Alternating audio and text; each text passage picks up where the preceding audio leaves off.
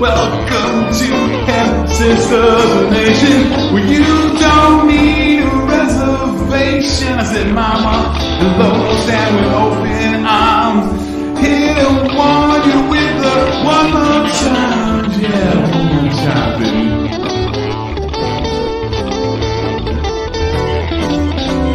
Welcome to the nation. I said, welcome. And welcome to another episode of the Hempy Hour.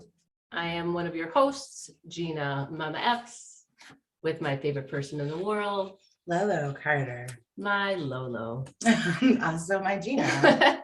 Together, we are your favorite hemp sisters over at the Hemp Sisters Nation, where we like to bring people together, people from different backgrounds, different walks of life, different industries, and remind everyone that we are all one, and it doesn't matter where you are in this crazy journey, we want to know all about it.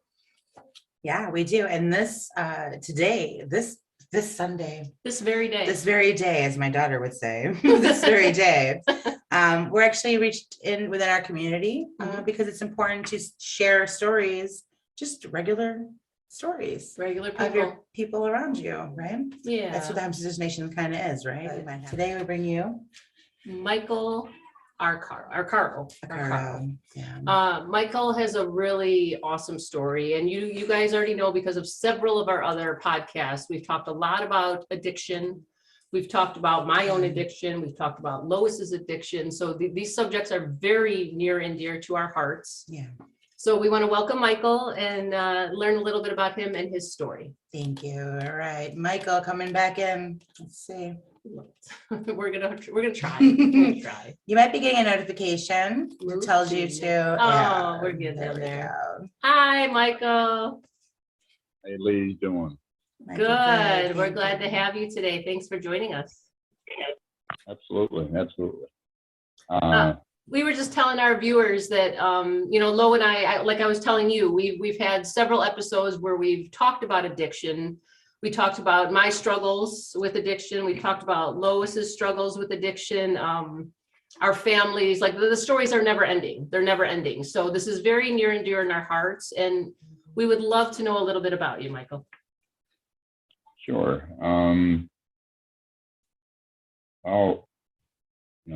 48 years old, and basically for the last 30 years, I've been dealing with addiction, whether it's alcoholism, medicines or caffeine, that really just kind of destroyed parts of my life, and the biggest one, I guess, is caffeine, because it's one of the most dangerous drugs, but yet it's the most legal. Sure. It's just one to get a hold of, but yet it's the one that causes more problems and no one even thinks about it. So Sure. That's probably, one of the biggest reasons I'm speaking with you guys. I'm a late bloomer to caffeine, but I man, because it's only been a couple of years since I actually started drinking caffeine. I'm similar. I never drank coffee my entire life. And then I went from teaching PE, where I was real active, to teaching in the classroom, health, where you're sitting there half the day. And now I needed something to take my time. And all of a sudden it's a coffee on the way to work every day. And next thing you know, we're on 10 years of that, so that's something I have to work on. Absolutely. No, and as a stimulant, I think the addict brain, that pathway, again, it's like we're always trying to like find something to stimulate it. You know what I mean? Well, and we appreciate you bringing up this awareness, because like you said, it's everywhere. There's a coffee shop on every corner. No one's thinking about that being a drug, and it absolutely is. It's got withdrawals. It makes you feel a certain way. We're getting there. And there's sugar involved, so you just doubled that. And the thing is it seems like it's been pushed, Sure. Because you got your Mountain Dew, you got your Monsters, all these different caffeine drinks that are just loaded with stuff. Right. And then people are it starts off with students, I think. Mom, I've got anxiety. Well, we'll take you to the doctors. We'll get you some medicine. Now a student's on, you know, some kind of powerful medication. Right. And it seems like it's just easier to take a pill to continue the nicotine, or not the caffeine, to stay awake, instead of just getting good sleep, good nutrition, exercise. You know, let's do the easy thing. Right. And that's what's, you know. How Yeah. long was caffeine a part of your life before you really realized like you need to make a change, or that specifically was what was affecting your life? That was really affecting right from the beginning, because Wow. once I turned 16, I started driving right away.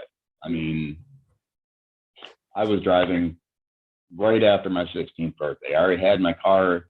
I bought my first car when I was 6 months of, you know, being 15. Yeah. It was sitting there waiting. So as soon as I got it, I was driving, and I was like, hey, now I can stop and grab a soda on the way to school. I can get some donuts. That's where it started. Sure. And as I was in school, excuse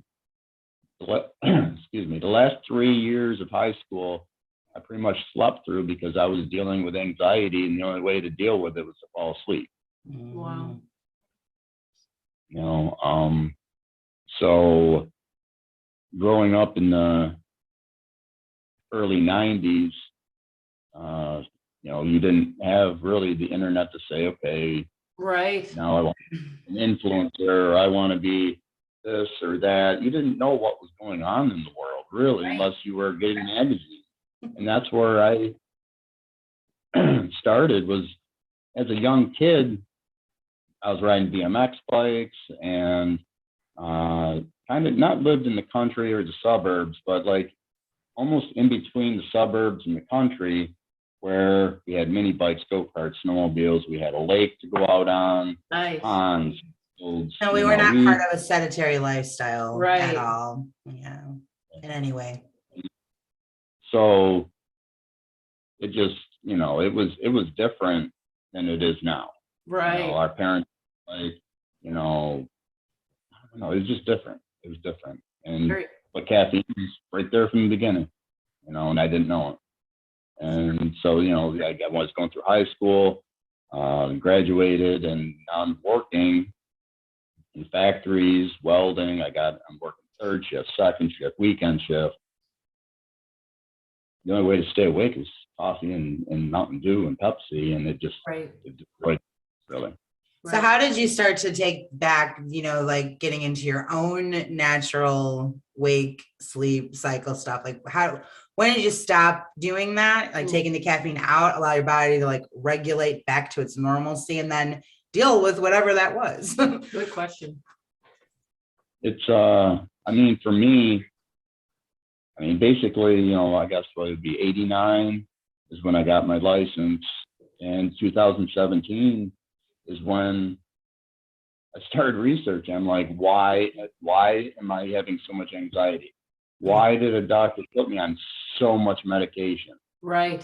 And with being diagnosed as bipolar 1 disorder in 2003,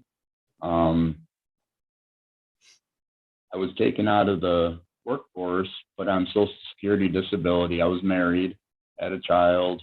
And here I went from working very hard, building different things, to being on a cocktail of medications, but nothing ever changed. So Right. here I'm heavily sedated for 10 years. And the only way to have a relationship with my son is to drink caffeine to stay awake while I'm home. But then the more I drank to stay awake, the more I kind of just, you know, was being torn apart. Sure. Now I'm on more medication. Right. It led to on 27 medications, or 27 pills a day. Oh, Michael. So I had to make a decision at one point. I turned 40 years old. From 30 to 40, I didn't work. I sat home taking care of a house and property by myself and gaining 120 pounds and barely, I was living in the snow belt in New York. Okay. The snow come right off Lake Ontario and dumping right on us. And, I was the only one moving that snow to get to my doctor's appointment every week. Okay. And it was just a vicious cycle. But Wow. yeah. That tells me that I'm done. cannabis is part of your story as far as overcoming some of these habits and, trying things, finding things that aren't working. Where did cannabis come in? Well, 2013, I actually made a hard decision.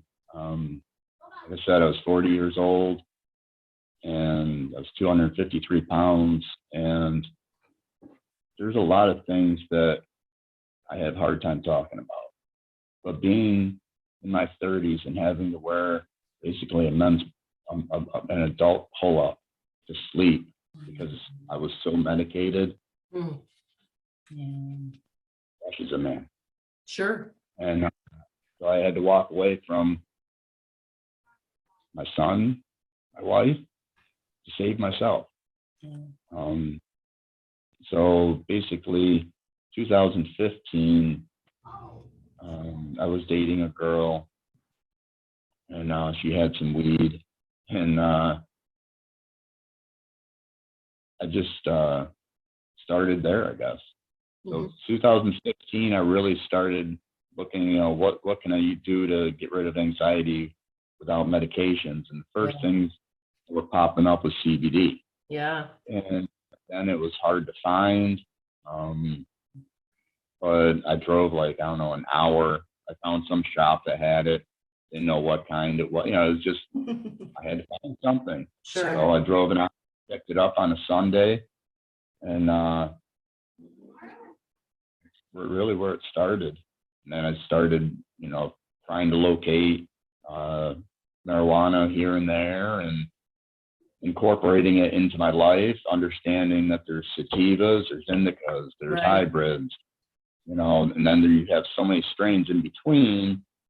And, you have your sativas, which really could get rid of caffeine.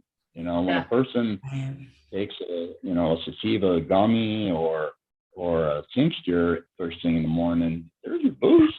Yeah, absolutely. A few drops under the tongue, there's your boost. Right. Maybe again at 11? Right. So it's like, that's why I don't understand why, it's not being recognized the way it should be. Yeah, there's a lot to that. One of the biggest, things for the pharmaceutical industry is that, the impact of people learning about what they smoke, going to have in the long run. Right. Cypress Hill told us that in the early 90s. However, it's very true because of these types of situations. And you're a perfect example of that, Gina, as well. Right. Look, I wanted to be helped. This is not helping. I identify this is not helping me. Right. And now I got to help myself. I got to advocate for myself. And if that ain't the cannabis movement, I don't know what is. Yeah, I think I told you, Michael, I lost my dad suddenly. I was 23 in this deep depression, just lost my mind. My whole world flipped upside down. You turn to your doctor because you need help and my anxiety was through the roof, crippling. I couldn't function. And next thing you know, I'm strung out on Xanax and Valium and any other hardcore pharmaceutical they can throw at me, and it's doing nothing. It's not helping me. It's not fixing me. I'm in a daze every day. I'm 23 going through life like this. It was torturous, and found cannabis. And I started with literally a hit and my whole body felt better, immediately. And I was like, this is this scary drug I was afraid of. I was already on scary drugs. You know what I mean? And didn't even know it because it was legal and it was my doctor, and that's totally acceptable. So man, do I feel this story. Holy moly. When I had the same doctor from 2003 to 2013, and it was the same one that was prescribing all the meds. And I never had therapist. I never had a therapist during that time. I Right, didn't have anyone to talk to. I right, didn't have anyone to say, you know, I'm having this argument with my spouse, and am I right? Am I wrong? You know, all right, I have is a doctor against me because of what my spouse is saying. right, Not me. What about what I need? What about what right. you're doing to me? You're telling me I have to take this and deal with it. No, You know, right, and that like your mental health wasn't worth the same. No, it's not okay. No. And I a couple of years in, I was like, you know, I want to go back to work. And he said, Michael, this is your life now. Hmm. Get used to it. And that ate at me for Yeah. years. And you know, I used the system to get out of the system. Good for You know, you. when people are on Social Security disability, they think I'm screwed. This is it. This is Mhm. what I have. No, it's not. Good Because for they actually have another system called the Ticket to Work Act, which you use off system. Right. Okay. Good for you. There's The system itself isn't really created to get you out of it. It's Yeah, kind they of wanna there keep to you keep forever. you there, Right, you know, and then make you feel bad about it. right. And at first, when I got on it, I was like, man, this would be awesome. I ain't got to worry about getting up early in the morning. I ain't got to worry about running late for work. I ain't got to worry about my car breaking down. But it turns into a lot worse problems. Yeah, Yeah. You don't have your own freedom. the mental toll too. Yeah. I Well, we're mean, glad to see you work your way through that, out Yeah. of that. Pharmaceuticals, the therapies and stuff. Oh yeah, there he is. Ah, that I used to do in the 90s is build stuff like that. Yeah. awesome. And it's all been gone since. You know, Yeah. once that doctor told me, no, Michael, this is your life. Get used to it. It destroyed me. And I thought that was it. And then I got away in 2013, and it just changed from there. I still struggle with a lot of things, don't get me wrong. Sure, we all. But, yeah. But, Now, do you use CBD and THC daily? Do you use both? I try to. Yeah. You know, it's when I have both. When you can. I'll- Fair enough. I've used it like it's not just for depression and anxiety. I mean, I've cured illnesses with it. Oh, no doubt. In August of 2020, I developed a kidney infection. Mm. It was on, let's see, it started on a Wednesday. I went to the ER on Thursday. He prescribed a powerful antibiotic. And I told him I wasn't going to take it, that I had my own stuff, and kind of laughed at me. The ER doctor. And I didn't start with the CBD because of a job. If I would have been tested, I would have lost the job. So I didn't start with it. I went with the antibiotics. And then on Saturday, I couldn't move. I mean, the antibiotics weren't touching nothing. Sure. So I went and got an 800 milligram bottle of tincture, CBD tincture, full spectrum, and started just full droppers. And within 2 days, I was calling work saying, you know, I'm ready to come back. Oh, that's Where- awesome. Fantastic. I'm talking kidney infection, not just, you know, I'm a little sore. I couldn't move. I was, you know, just in severe pain. And then in 2019, I got a really bad welding burn. And I used CBD salve on the burn. And you have to look very hard to see a scar that was Oh, yeah, right about here. Wow. yeah. If it wasn't, you know, why you see it is because there's not a lot of hair growth. Once the hair is gone, the hair is gone, you know, Right. but I wouldn't have known that. That's Yeah. awesome. Yep. It's a good looking scar. Yeah. It's a super antibiotic.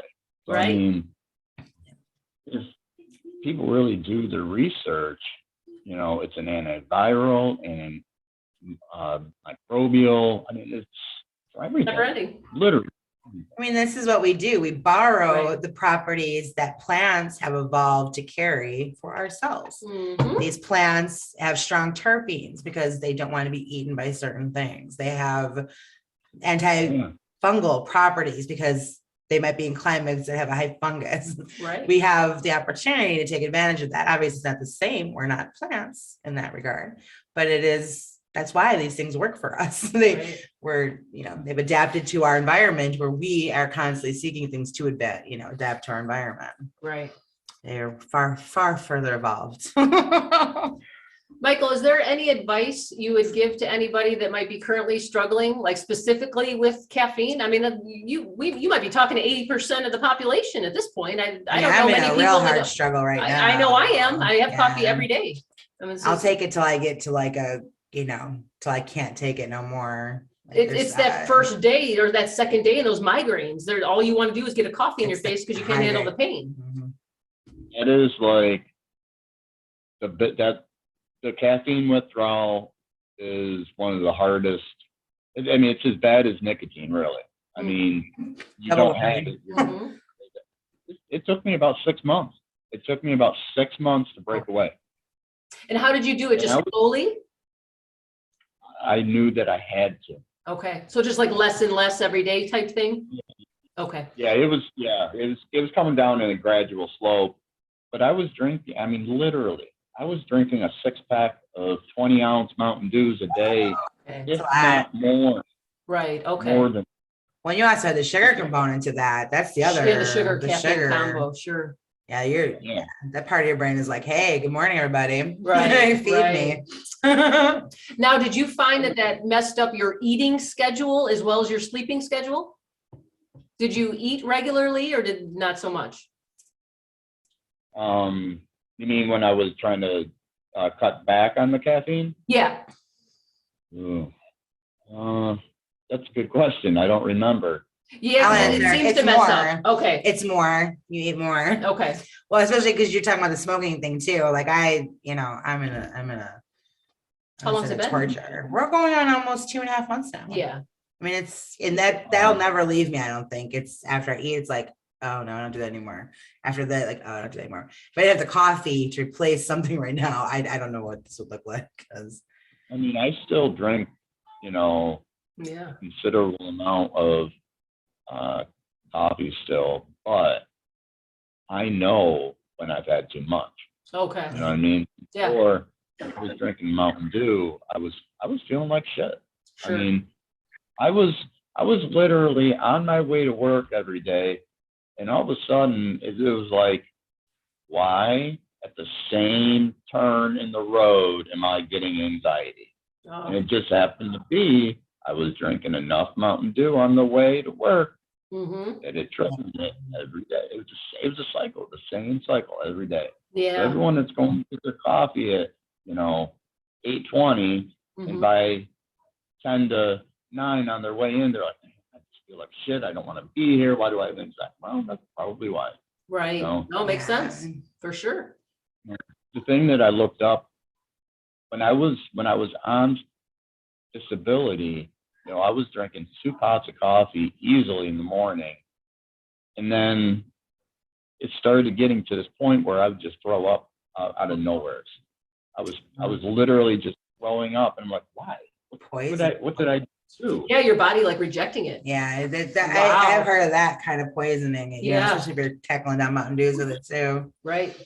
I'll do it. Caffeine overdose is what it is. Oh. Yeah, it kind Oh, of makes you on edge anyway. You already have anxiety. Yeah, real jittery, Yeah, shaky, like. for sure. Wow. It was a really awful cycle that it basically, when I had my daughter was born in October 2017. In August is like I just started really doing research because I didn't want to continue drinking, and that was the big reason I was drinking.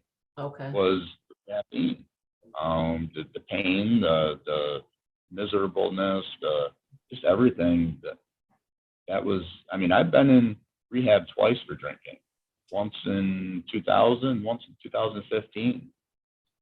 And when I finally realized I didn't even need you know, once I did the research for myself of everything I've been through and everything that I was going through, it was this was easy. Stop Yeah, once you caffeine. know, once you have the answers, it's hard to still make the same decisions. We have to find these people have to find these for themselves. Some people can walk into somewhere, get the instructions, and then follow that. Other people have to go through experiences. It has to make sense. Right. I'm one of those people. I'm a tangible kind of person. You know, it has to make sense to me. Right. We do that through a lot of mistakes, you know. But we get there. What did you how did you ladies get into, you know, cannabis, or, you know, you were talking, you know, earlier about you know, your struggles at 23. Yeah, I mean, cannabis saved my life at that point. It absolutely, or gave me my life, I should say. Like I wasn't living any sort of life. So it gave me a life. It let me function daily without that feeling that I just can't handle the day. I mean, just waking up every day, like, how the fuck am I going to get through this day? Like, you know, just a terrible, drowning, dark feeling. And I didn't want that anymore. So, you know, my first taste of cannabis, literally that feeling was gone, like immediately. And not the Xanax once your pill kicks in feeling. My whole body evened out without feeling, you know, high as a kite and not being able to function. But I knew I was high, quote unquote high, but it was such a different feeling, you know, my body just felt good. I wasn't shaky and nervous and on edge and talking a mile a minute because I can't control my thoughts, like all these things that were just me, that I thought were just me, but it was literally my body wasn't where I needed it to be. Wasn't you. It wasn't me, right? It wasn't After all you. those years, you know, You just kept finding yourself in it. I need to adapt to this. This is me. Right, Like, I'm just crazy. yeah. I'm just, you know, I just have all this anxiety and stress, and I that's just me forever, you know, and it apparently was not. You know, I just needed to find what worked with my body. And that's the biggest thing with cannabis. You know, it's so different for everybody. Lois's, her experience is nothing like mine. Right. I could have a bucket load of THC a day and do every day, all day long, where, you know, Lois would not have the same feeling as me. Like it would affect her very differently. So I think a different thing for me, you know, recreational is where I met cannabis at 17, 18. Sure. And that carried out through my youth, you know what I mean? And there was a period where I wasn't involved with cannabis, and I was involved, well, there was cannabis, but you know, the drug that was taking the wheel was opiates, heroin.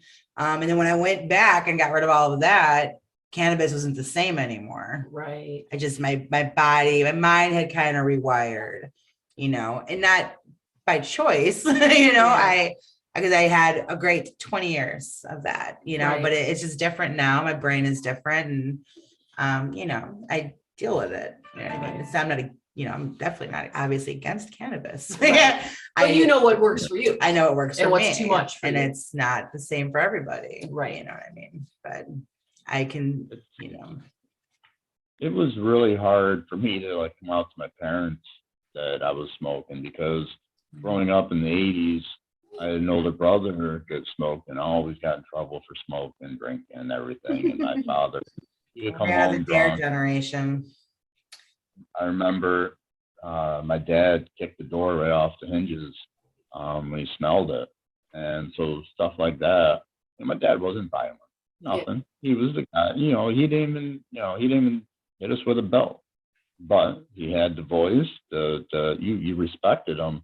Sure. And things like that happened, you respected why he was mad. Right. So I never touched him really until I was much older. And when I finally started, like, when at that point, like 2016, 17, I was able to get the same strain I was getting from the same person, and it was working for me very well. And my parents were very happy with me. And one day I was just, I was talking to them on the phone. I said, you guys said that I'm doing pretty good, huh? You have been. Want to know why? You met my girlfriend, Mary Jane. And then,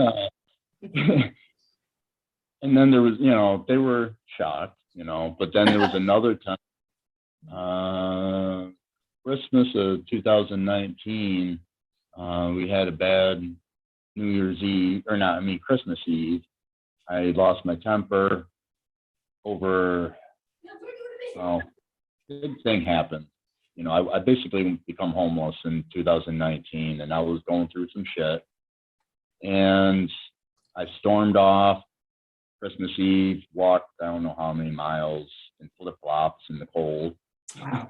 But anyhow, a couple days later, I had a talk with my parents, you know, face to face, sitting at a table, and my mom said, "So, what's the difference between what happened on Wednesday and this morning?" I said, "Seriously, you want to know?" She said, "Yeah. Smoke before you came, Mom." There it is. And I was just, Good for you. I was loving, Right. you know. Weed makes lovers, not fighters. You know what I mean? Absolutely. Alcohol Yeah. makes fight, but you don't get a lover out of alcohol. You get a fighter. No, 100%. 100%. So, Is everything. you know, So now do you feel, or did she acknowledge that, you know, she saw that that is maybe what's working for you? Like, did she kind of get it at that point? at that point, I think so. Good. It's just there's a lot that there's still a lot that I'm fighting, Sure. you know, every day, because of this pandemic, because of, you know, going through homelessness. Sure. I've gone through even deeper things, you know. I'm kind of connected with the universe, you know. There's a lot going on, you know, so there's a lot of transitions that I'm going through, and I feel like almost that's what our 40s are for. Like Lo and I are in very similar places. And, you know, same thing. I was born in 1973. We're right in that same ballpark. Like, I feel like we lived through so much and learned so much and experienced so much that now is like a time for, okay, what really matters here? What's important? Where does our energy go?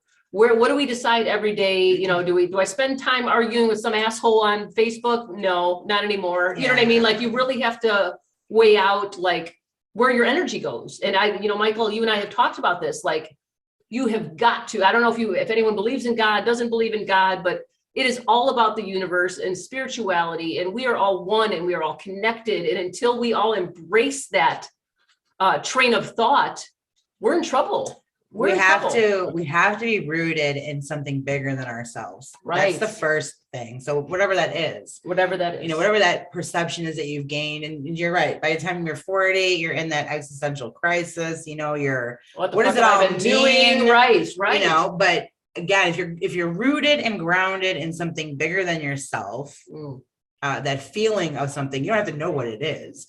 The feeling of something bigger than yourself, everything starts to fall in line. Yes. The argument on Facebook don't happen because you don't got time for that shit.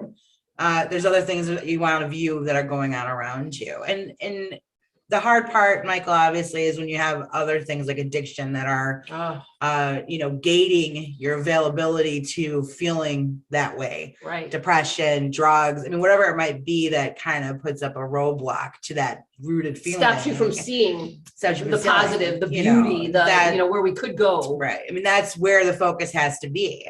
Always in the back of your mind, though, the rooted meaning of it. Right. This allows you to wake up every day like, you know what? Yeah, I feel like shit. I'm a dumpster today, but you know what? Smile's going on. I'm going to walk through life with greater purpose. Right. You woke up. And a lot of us will spend, even though we think we're getting somewhere where we're not going to feel that way, some of us are going to have to live like that the rest of our lives. Yeah. But man, the gratitude that we get from that, it's worth it. Absolutely. You know? Absolutely. So head high. it's huge, you know. Yeah. There's too many people that bitch and complain when something bad happens. Yeah. I'll tell you what, my daughter's mom sent me an Uber to come over and spend the evening with my daughter, and you know, we have a good relationship. We co-parent very well. Good. And but this one night she was drinking and we got into an argument, and I ended up walking home. And it took me like 4.5 hours to walk home. Oof. And I was walking in steel-toed boots. and the steel toe was actually cutting into my toe from walking. And the whole time, when I left there, I was angry that I had to walk probably, I don't know, it was like 8 miles or something. Oof. But Wow. I had gratitude the whole time. It didn't rain. Aw, hi baby. Welcome to the Hempy Hour, where all the furry babies yeah, are big welcome. boy. Hi, little chunk. That's it. I got her 2014, and she's just like a wife, but she's We got a little yapper over here. Right. But it was the gratitude of walking home, because if I would have started bitching about something, this sucked, this fucking, why has she got to be a bitch? I would have started that. All it does is create negative energy around you where shit's gonna happen. Right. Yeah, right. where does it You're stop? bringing it. You're like Yeah. a magnet for it then, right? Then the question is, when is this going to stop? And how hard you have to work to get out of that mindset then. And it doesn't matter how much we know this. It's still like every day you got to work at it. Every single day. I get mad at myself. Like, you fucking know this and you're still doing it. Like, God damn it. Like, but it's work. It's daily work. Yeah. It is. Everything that I've been through since May,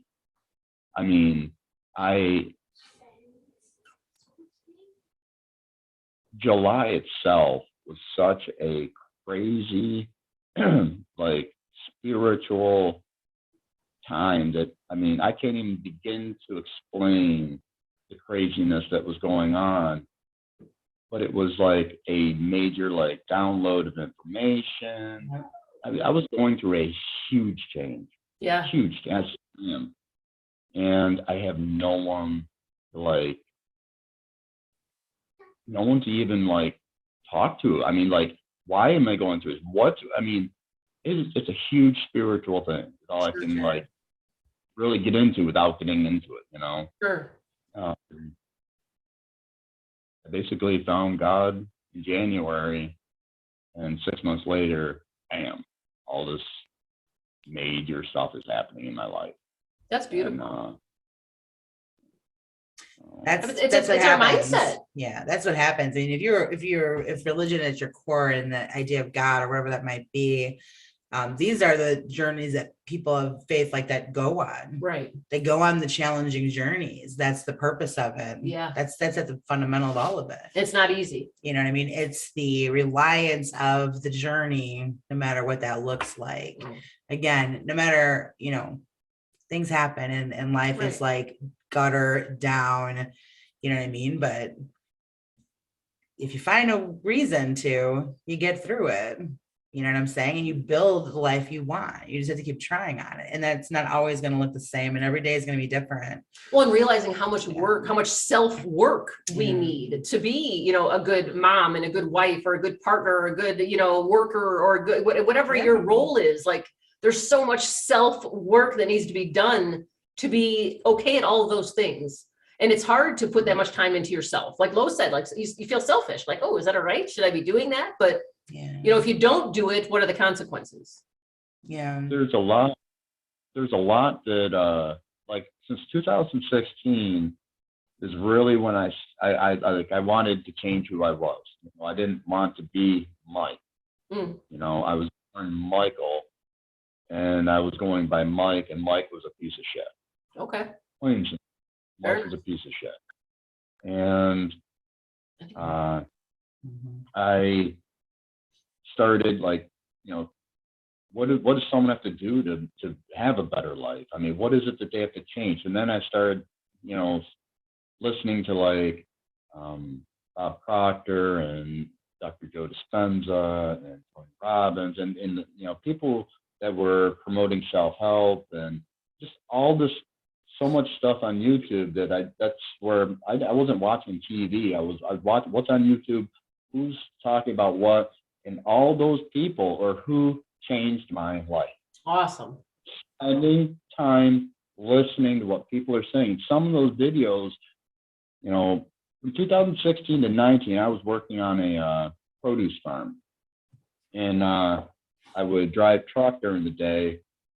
And the whole time I had earbuds in, listening to what these people are saying while I'm driving. I wasn't seeing, but I'm hearing. And I listen and listen and listen and listen over and over and over for 3 or 4 years. The last 2 years during COVID, I haven't really worked. I've been struggling.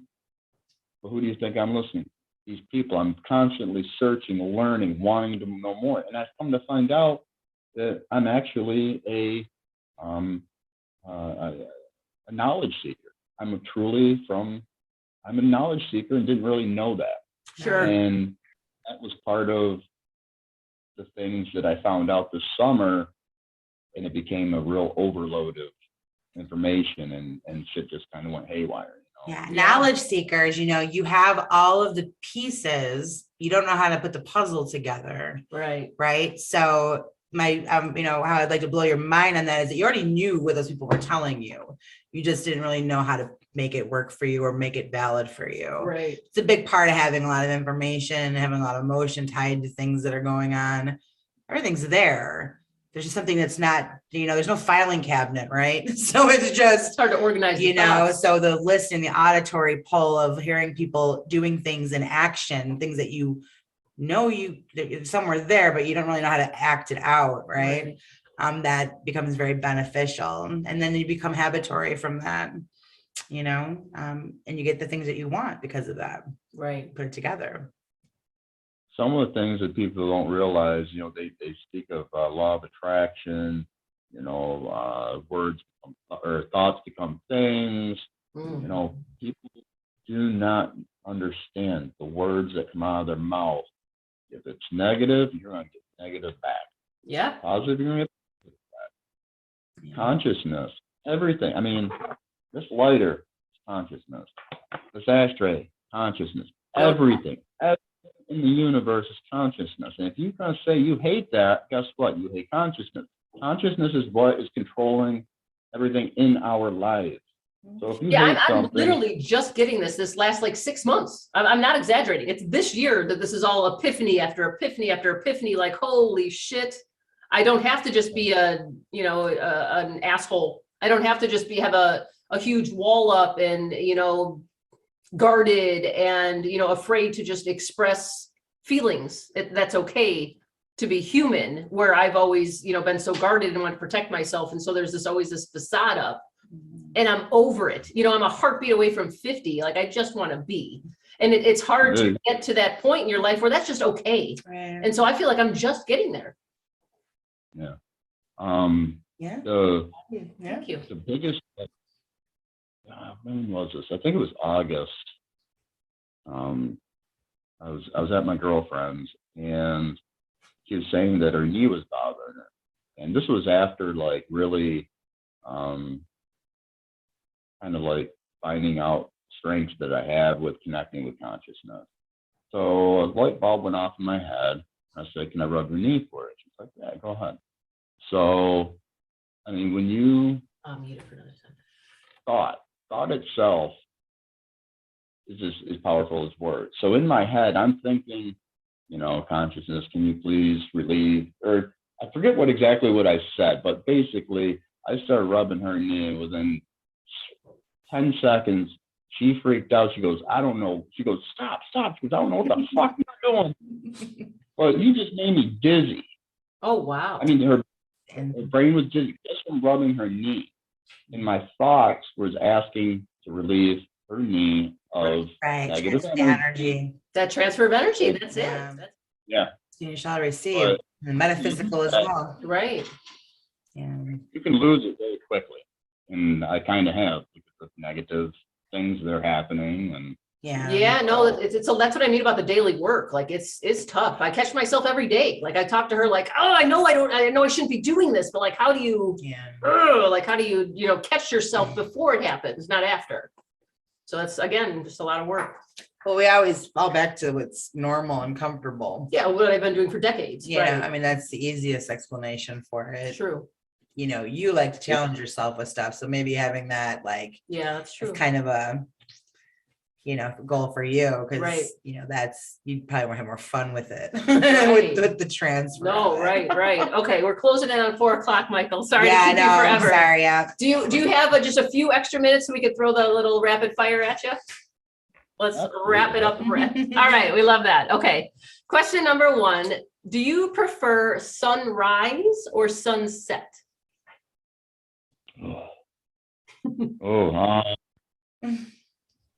Sunrise. Nice. Good. Start of a new day. Yep. I love Yep. that. I mean, everyone is going to see the day end, possibly, most likely. Right. I want Knock on wood. I'm a night person. All right. Oh my goodness. Favorite social media platform? Ooh. Lately, it's been LinkedIn. Good. Yeah. I could see that. I get some beef with LinkedIn, but they're definitely my favorite too. I'm not up for Facebook anymore. Oh no. I divorced Facebook in February of 2021 and I'll never go back. The metaverse can fuck all the way off. Like no. I go in there way. for memes and then I leave. Yeah, that's it. And then she sends them to me, so I don't have to go in there. Right. All right, last one. What would you do if this was your last day on Earth? No pressure. I was like, that's loaded. Yeah, we're gonna end on that one like that. Shit. I would,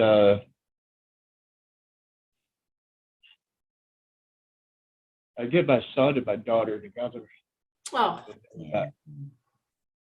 My son just turned 20 and my daughter just turned 4. Oh. And that- oh, that's beautiful. Oh, it's a big brother. That's a big one. Yeah. Oh, that's beautiful. So knowing that, now you got something to work for before that happens. You That's know? right. That's right. We got to make that happen. Get that Zoom going at least. Oh, I love that. Oh, and we got tears before we ended. Yay. What did you We're say? all human. Yeah. Yay. We're all human. Yeah. Michael, thank you so much. Yeah. What a pleasure talking to you. It's been a pleasure every time I've talked to you, but it's a double pleasure to introduce you to my best friend. And Yes, it's very nice to meet you. And thank you for being so honest and open. These conversations are crucial. And I don't think people are, they're too afraid of how they'll look or what people will think. And we just need to talk and be open. Yeah. That's how we do it.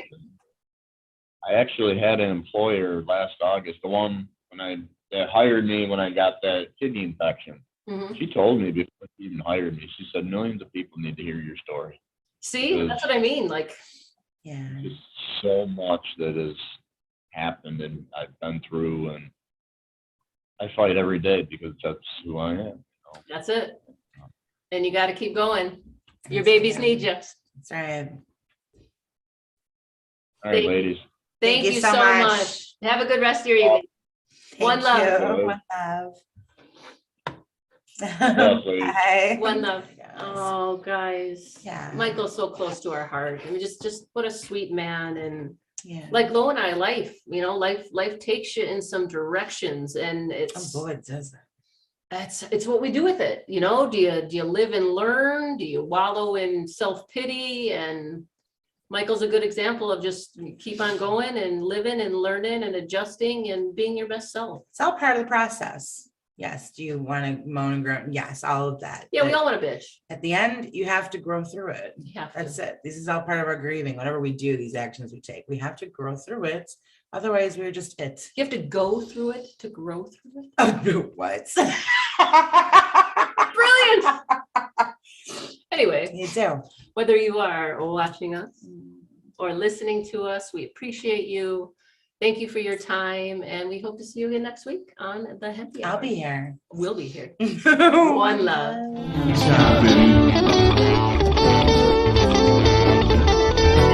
Welcome to the nation. I said, welcome to the nation.